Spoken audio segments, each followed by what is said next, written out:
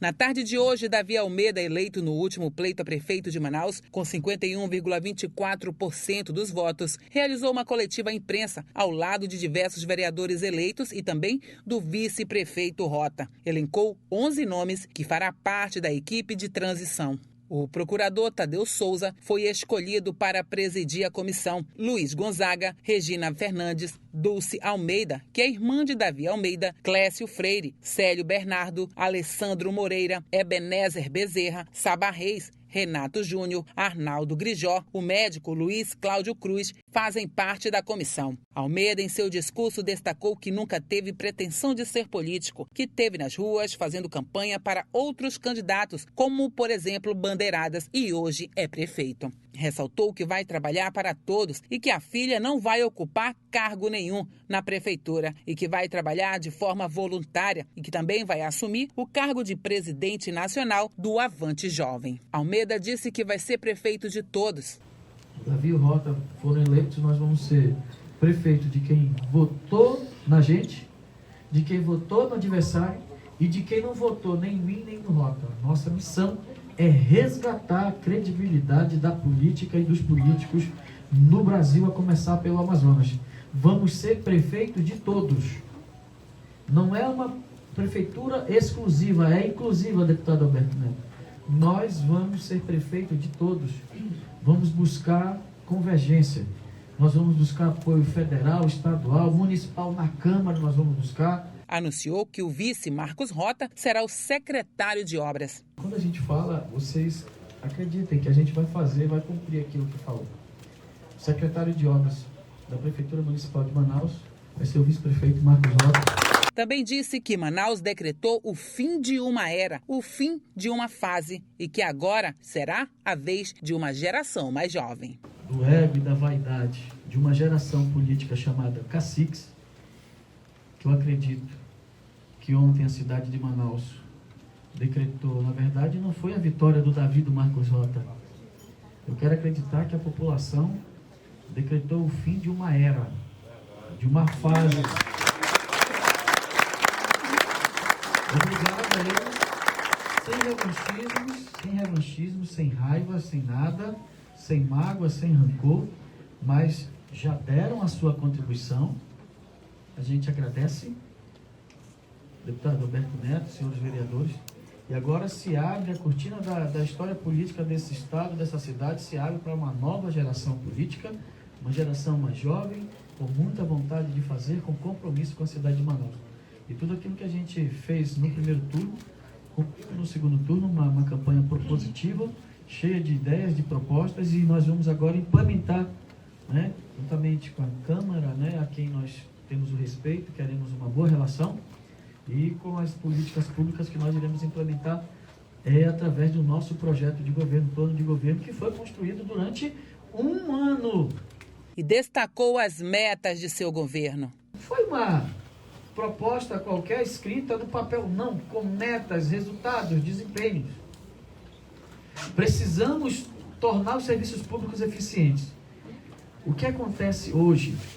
Temos um orçamento executado ano passado de 6 bilhões e 200, dos quais 42% com o pessoal. Senhores vereadores, dessa receita, 1 bilhão, vejam bem, 1 bilhão são com despesas administrativas. O que é despesa administrativa?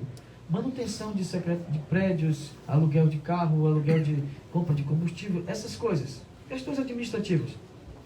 Para uma cidade de Manaus, com 2 milhões e 200 mil habitantes. Vocês sabiam que essa mesma despesa, vereador Alonso, Wallace, Marcelo, Bessa, Mauro, essa mesma despesa no governo do estado, que tem uma estrutura bem maior nos 62 municípios, vereador Elano, por favor, vereador eleito, senta aqui, por favor, procura uma cadeira aí para o Elano, tá? Essa mesma despesa no governo do estado, vereador Diego, vereador Boal, ela custa 670 milhões. E eu tenho que trazer para o poder público as ações de governança da iniciativa privada, Kennedy. No que? No que se refere à gestão, eficiência, metas, resultados, desempenho, fiscalização. Vereadora Glória, vereador Everton, vereador Sassá. Se nós economizarmos nessa despesa 30% ao ano, nós vamos ter ao final de 4 anos 1,2 bilhão com o orçamento de 2020, que foi 6,2 bilhões. Sendo que de janeiro a outubro desse ano, já entraram nos cofres da prefeitura a mais do que o mesmo período do ano passado, 1,353 bilhões. Se nós tivermos uma prefeitura e um prefeito eficiente, nós vamos ter serviços públicos eficientes. Nós precisamos transformar essa riqueza. E outra, a prefeitura, ela não gera riqueza, ela distribui riqueza. É a má distribuição dessa riqueza que faz com que 30% da população tenha aversão à política, nem procure a política, nem saia de casa para votar. Ou quando vai votar, vota nulo, vota branco. Nós vamos resgatar a credibilidade da política e dos políticos. Almeida também falou da turbulência vivida após os últimos acontecimentos na sua vida. Mas, sinceramente, eu estou com o coração... Eu tô chorando lágrimas de sangue. De tanta dor, né? Veja bem, um dia tão intenso. Pela manhã eu estava sepultando a minha amada mãe. No final da tarde, comemorando a vitória para prefeito. Veja bem, você falou aí do menino do morro. Vamos lá. Há 24 anos atrás, eu vou contar uma história para vocês aqui, para toda a imprensa saber. Eu estava desempregado e estava precisando de emprego. Eu fui para a minha igreja e fiz um pedido de oração no papel. E um amigo meu que estava na igreja disse: olha, eu fazia transporte escolar no Fiat Uno para sustentar minha filha, que tinha acabado de nascer. E eu fiz um pedido de oração. O meu amigo disse: olha, eu estou trabalhando na campanha, vou até falar para ele aqui, eu tenho respeito pelo Alfredo. Eu estou trabalhando na campanha de um candidato a prefeito chamado Alfredo Nascimento. Lá está fazendo um cartão chamado Direito à Vida, está precisando de um carro para alugar. E eu entrei na campanha em 96 para alugar meu carro. Só que quando você aluga um carro, você tem que entregar cartaz, santinho. E naquela época a gente fazia cartaz com aquele grude, né? Você lembra? Esperava muito aquilo, né? Rapaz. E eu entrei na campanha para isso. Eu nunca tive intenções nenhuma política. E eu entrei na campanha para balançar a bandeira no sinal. 24 anos depois, Deus me dá a oportunidade de ser prefeito da minha cidade. É muita honra. Sem parentes importantes, sem parentes influentes, sem grupos políticos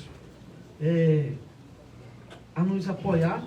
No seu discurso também falou do transporte público. A prefeitura subsidia a passagem do ônibus em aproximadamente 12.800.000 mês. Faça uma conta aí. A gente dá... Passagem é 3,80, mas na verdade não é só isso. Nós colocamos 13 milhões mês. Quer dizer que eu tenho que pagar para as empresas? Se é para eu pagar para as empresas, eu vou comprar os ônibus. Em um ano eu posso comprar, com esse dinheiro que eu subsidio a passagem, aproximadamente 520 ônibus. À vista. Sem financiar.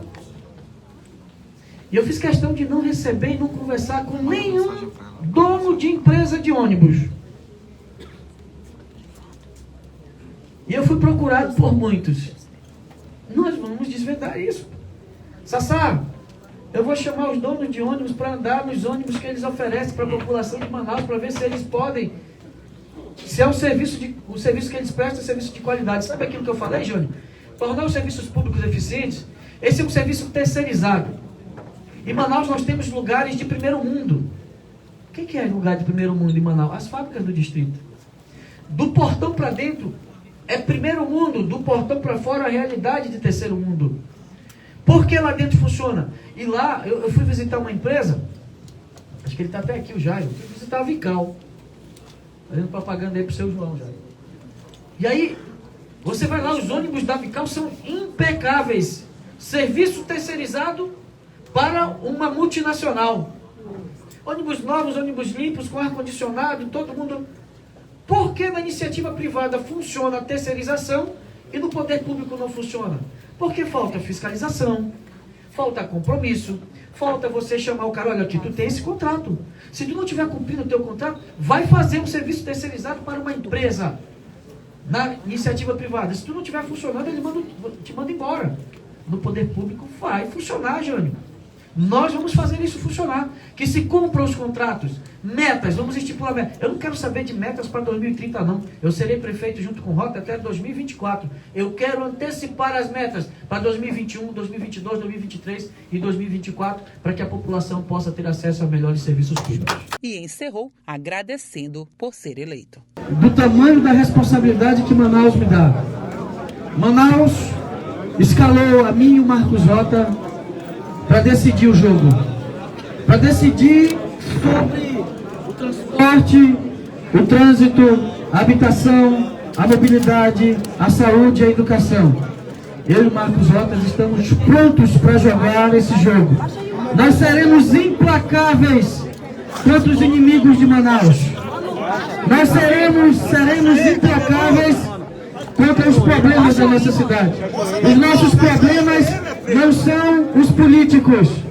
Os nossos problemas e nossos adversários são os problemas da população de Manaus e nós seremos implacáveis em solucioná-los.